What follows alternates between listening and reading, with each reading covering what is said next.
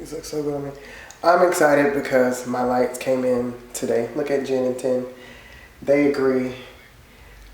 And I actually like how they look. Like I was thinking I would be a little disappointed.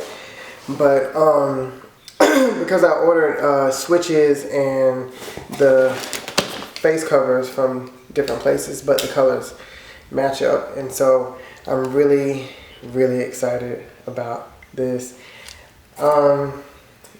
The fact that they're screwless looks so modern and it looks so cool. So what I'm going to do right now is I'm going to get my switches over here wired up so that I can turn the lights on. It's so exciting. And this is how you know I am officially in homeowner reno mode, is because I got excited over the sound.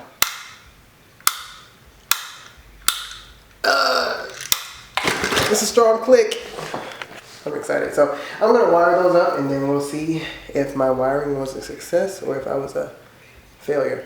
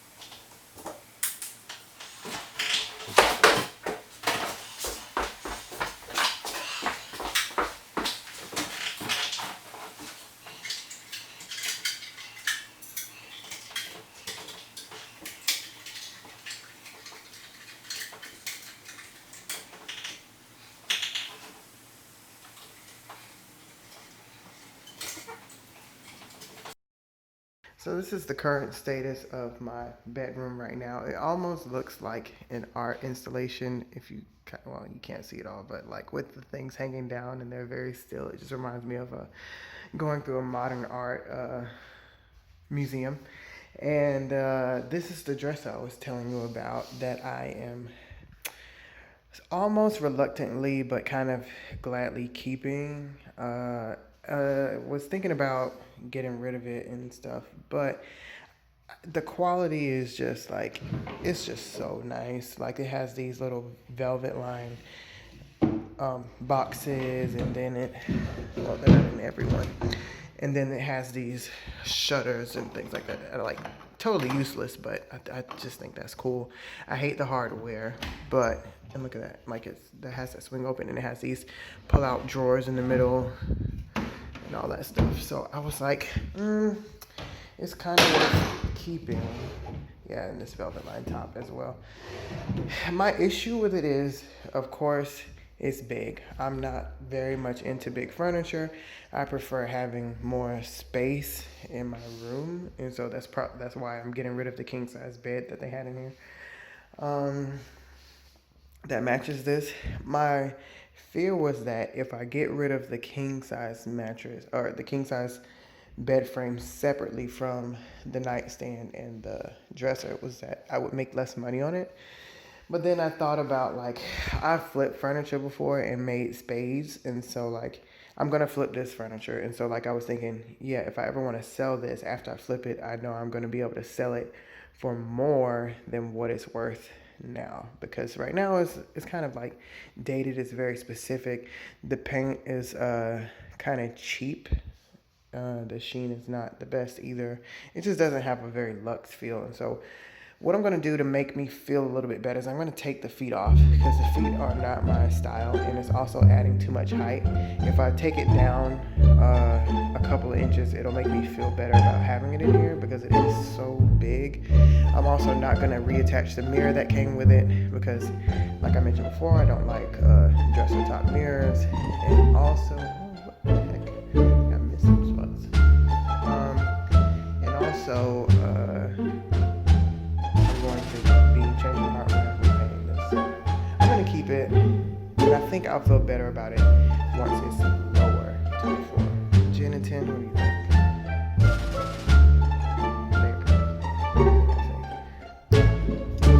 So I have been so obsessed with getting the house done that I've neglected everything. I've stopped shaving. I haven't cut my hair. I haven't really been grocery shopping, and so I realized when I went to dinner tonight that the chicken that I had was actually already gone bad. So I was like, oh, shoot, what am I gonna eat? And then luckily, because of T-Mobile Tuesday, they actually had a free meal for potlights, and so I was like, this is one of those times when I'm just gonna have to use these this restaurant coupon or whatever. So it's my first time actually going through a drive-thru for myself, by myself or whatever. So it's kind of crazy. Like, it's my first time ordering fast food, and I don't know how I feel about that, but it is what it is. And so I'm just like shocked at this is who I have become, because I've been so obsessed with this house. But I'm gonna go pick it up now. I actually already ordered it online, so I just have to go pick it up, which I ordered it like an hour ago, but because I went to help my friend Jason put up curtains and stuff like that in the house, I'm now just going to get it. So it's probably going to be cold. I hope they leave it under like some kind of heating element, so it doesn't get too cold or stale. But here we go.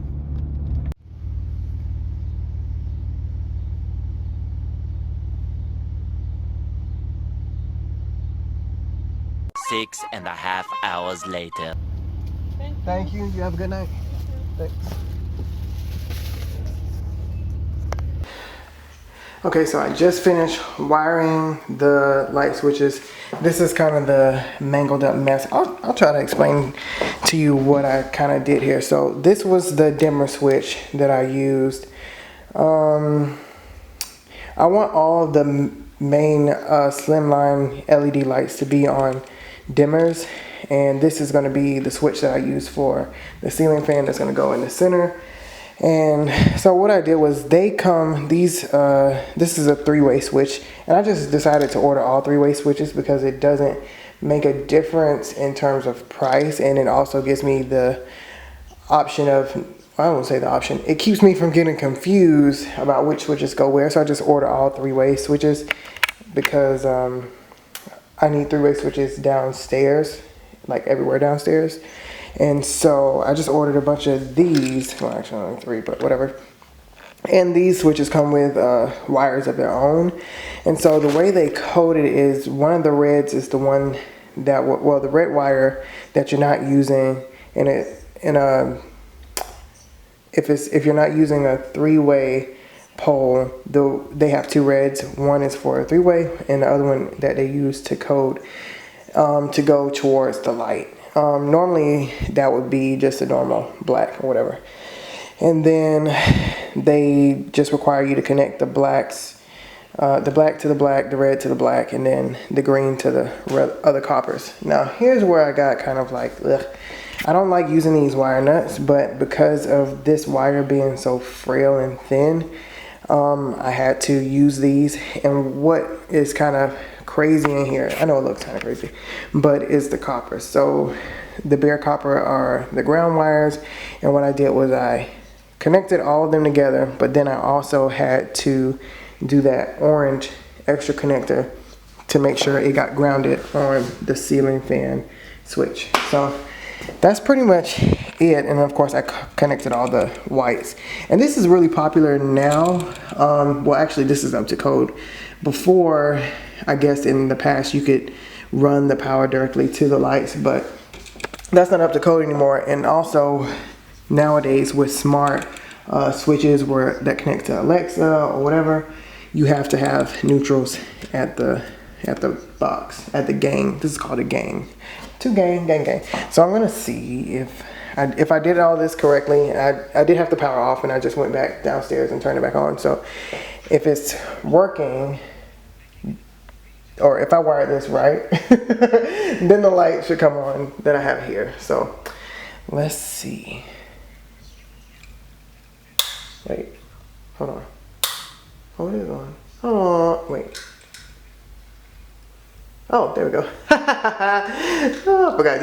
These are dimmer switches, so I just had it set all the way low. And there is, so that's pretty much as low as it'll go.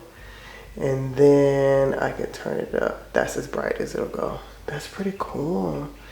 And these lights that I ordered, I can't stuff. Well, you can't really see because it's so bright. These lights that I ordered are 4,000, I think they're 4,000 temp. So basically like daylight instead of, I didn't want a really, really warm light because I just don't like how that looks. And I chose this because it's closest to pure white light. So yeah, I'm pretty happy with it. And I really like how it looks dim. You can't really see. Is it dusty? Oh yeah. So I was recording some wood chopping, and so it's a little dusty, whatever. But anyway, that's essentially how it looks. So now I'm gonna go ahead and connect the other three, and then my lighting in here will be done. So that's what they look like currently up in the ceiling. That's the spot for my ceiling fan, so don't worry about that. And then they go up to that brightness. I'll try to bring this down a little bit. And then this is the lowest setting that I have, which I don't think this is supposed to work, because if I turn them off and then turn them back on at this low, they don't come directly on. I have to move the dimmer up. But I was thinking, and this is it at its lowest with it being on, I was thinking that this setting is exactly what I want for the lowest setting to be. So I don't know if it's gonna cause a problem. I don't think it should, but I'm gonna leave the adjustment wheel here because when I moved it up too high, it didn't dim enough for me. So this is where I'm gonna leave it at. And this, my friends, that was so anticlimactic. When I tell you, I waited in the drive-thru for literally like 15 to 20 minutes, which in the grand scheme of a day, that doesn't sound like much, but when you're in a drive-thru, that is an eternity. But I did get that Popeye's chicken sandwich. Now, I'm late to the whole trend, and I don't care about that because it's not my thing, but I'm gonna see how it tastes. I'm waiting on broccoli to cook because I have to have vegetables, of course, so I'm waiting on my broccoli to cook. And I like to think, I didn't order this, but I like to think that because I was so nice when I got to the ordering line, I really need to shave because it's like aging me by like 1,000 years. When I got to the thing, she put a biscuit in my box. So nice. But that's my day. I'm probably gonna go after I finish eating. You can see the primer on my fingers. I'm gonna go prime some more skirting board, and then yeah, because for some reason I have energy to do work. Yesterday I was dead, and I needed to put biofreeze on my knees because they were dead. But I'm also just like, really excited now about getting more done in the house, or like putting the rest of the flooring in, because now it's like I know my rhythm and I know how to do it now, and so it's like I feel like I can speed through it. So I really want to time myself to see how much I get done the next time. And I'm looking at these cabinets in the background and I hate them so much. I can't wait to redo all these cabinets, but that's another day. That's probably going to be in a month or so, or 2 months, whatever. No rush on that. But yeah, that was my day.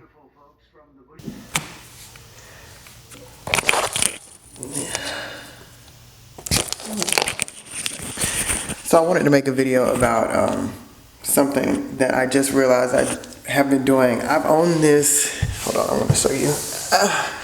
I've owned this Ryobi impact driver for about 2 or 3 years or whatever.